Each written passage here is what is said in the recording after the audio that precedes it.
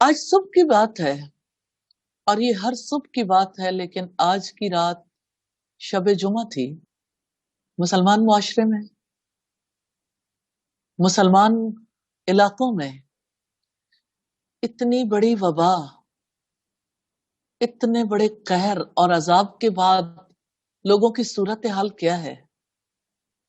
Vodka کی اور شراب کی کینز، بوٹلز سے گاربیج کے ڈرامز بھرے ہوئے تھے، باہر تک پھیلی ہوئی بوٹلز یہ بتاتی تھیں کہ انہیں یقین نہیں ہے، جو مسلمان گھرانوں میں پیدا ہوئے، کہ اللہ تعالیٰ کی جانب سے کن اعمال کی وجہ سے پکڑ ہوئی ہے۔ میں یہ سمجھتی ہوں دو اعتبار سے یہ چیز بے حد اہمیت کی حامل ہے، ہمارے اعمال۔ ایک تو اللہ تعالیٰ کا حکم ہے جس کی نافرمانی ہوئی، اور یقیناً اس کے احکامات ایسے ہیں جس میں ہمارا نفع ہے، جس سے وہ روکے رک جانے میں نفع، جس کا وہ حکم دے اس کے کرنے میں نفع۔ آج تجربات بتاتے ہیں، سائنٹیفکلی پروون ہے کہ اس وبا کے اثرات کن لوگوں پر زیادہ ہونے۔ فیصلے تو اللہ تعالیٰ کے ہیں، لیکن اللہ کے رسول صلی اللہ علیہ وسلم کی حدیث نے ہمیں بتایا کہ جب کسی قوم میں اعلانیہ فحش، فسق و فجور، یعنی اللہ تعالیٰ کے احکامات کی صریحاً خلاف ورزیاں اور زناکاری ہونے لگ جائے، تب یہ بیماریاں پھوٹتی ہیں۔ میں آج کی یہ بات چیت اس لیے آپ کے سامنے رکھنا چاہتی ہوں کہ یہ ہم سب کا فرض ہے۔ جیسے لوگوں کو کورونا وائرس سے بچانے کے لیے آپ کسی کو فون کرتے ہیں، آپ ٹی وی چینل اوپن کرتے ہیں، سوشل میڈیمز کے تھرو مسلسل کیمپین ہے، آپ کیسے ہاتھ دھوئیں گے، آپ کیسے ہینڈ سینیٹائز کریں گے، آپ کیسے دوسروں سے اپنے آپ کو بچا کے رکھیں گے، اور کیسے اپنے آپ سے دوسروں کو بچائیں گے۔ بات سیلف آئسولیشن کی ہو، کوارنٹین کرنے کی ہو، یا بیمار ہونے کے بعد دوا لینے کی ہو، باتیں تو سب امپورٹنٹ ہیں، لیکن جیسے سب لوگوں نے یہ سمجھ لیا، کم از کم اس کا نالج دینے کی کوشش تو کی گئی۔ سوشل ڈسٹینسنگ، میں ارباب اقتدار اور ارباب اختیار سے بھی یہ بات کہنا چاہتی ہوں، اور آپ کے توسط سے یہ بات تمام لوگوں تک پہنچانا چاہتی ہوں کہ یہ ہمارے گناہ ہیں، ہماری غلطیاں ہیں، ہماری خطائیں ہیں، اور یہ وبا ایک عذاب کی صورت میں ہم پر مسلط ہے، جس کو کوئی وائرس کی ایک خاص شکل سے بڑھ کر کسی اور فارم میں نہیں دیکھ رہا۔ اس کے پیچھے اللہ تعالیٰ کے ہاتھ کو، اللہ تعالیٰ کے ارادے کو، اللہ تعالیٰ کے فیصلوں کو نہیں دیکھ رہے۔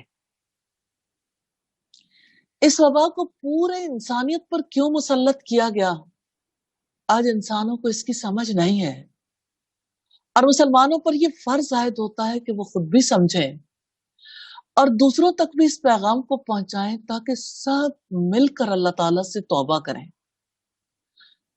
وَتُوبُوا إِلَى اللَّهِ جَمِيعًا، سب مل کر اللہ تعالیٰ سے توبہ کریں تاکہ اللہ تعالیٰ ہمیں معاف کر دیں، ہم پر، ہماری نسلوں پر رحم فرمائیں۔ اور یہ جو اس وبا کی وجہ سے، کورونا کی وجہ سے سب لوگوں کی زندگی متاثر ہے، اللہ تعالیٰ ہمیں اس تکلیف دہ صورتحال سے نکال دیں۔ اس بات پر یقین ہونا چاہیے کہ اللہ تعالیٰ کے سوا کسی کی قدرت نہیں، کسی کی پاور نہیں، کوئی اس صورتحال سے نکال نہیں سکتا، لیکن اس چیز کو سمجھنا بہت ضروری ہے کہ اگر ہم اسے محض ایک وائرس کے ساتھ ریلیٹ کر کے اس سے بچنے کی کوشش کریں گے اور اپنے گناہوں کی جانب نہیں دیکھیں گے، تو توبہ کب کریں گے؟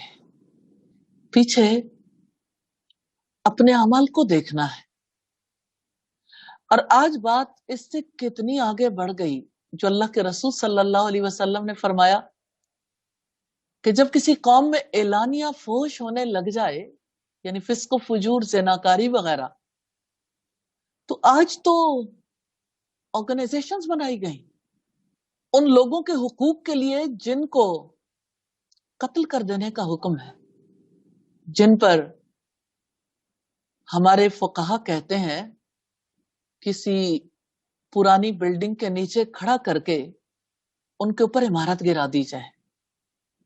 کس قدر ایسے لوگوں کے حقوق کے لیے دنیا بھر کی حکومتوں نے کوشش کی، اور کتنے بڑے پیمانے پر لوگ اس سے متاثر ہوئے، نسلیں اس سے متاثر ہوئیں۔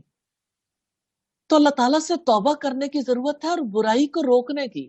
نبی صلی اللہ علیہ وسلم نے فرمایا من رأى منکم منکرا فلیغیرہ بیدہ، جو کوئی تم میں سے برائی کو دیکھے اس کو چاہیے کہ اپنے ہاتھ سے روک دے۔ فإن لم يستطع، پھر اگر وہ اس کی طاقت نہیں رکھتا، فبلسانہ، تو اپنی زبان سے روکے۔ فإن لم يستطع، پھر اگر وہ اس کی طاقت بھی نہیں رکھتا، فبقلبہ، تو اپنے دل سے برا جانے۔ ہاں یہ یاد رکھو کہ یہ سب سے کمزور ایمان ہے۔ کمزور ترین ایمان کا ثبوت تو سب کو دینا چاہیے نا۔ اور زبان سے جب باقی تمام کام کر لیتے ہیں تو ہمیں اس وبا سے بچنے کے لیے، اللہ تعالیٰ کے عذاب سے بچنے کے لیے اب اپنا رول پلے کرنا ہوگا۔ اللہ کے رسول صلی اللہ علیہ وسلم نے فرمایا تم ضرور نیکی کا حکم دو گے، تم ضرور برائی سے روکو گے، ورنہ تم دعائیں کرو گے اور اللہ تعالیٰ تمہاری دعائیں قبول نہیں کرے گا۔ استغفر اللہ۔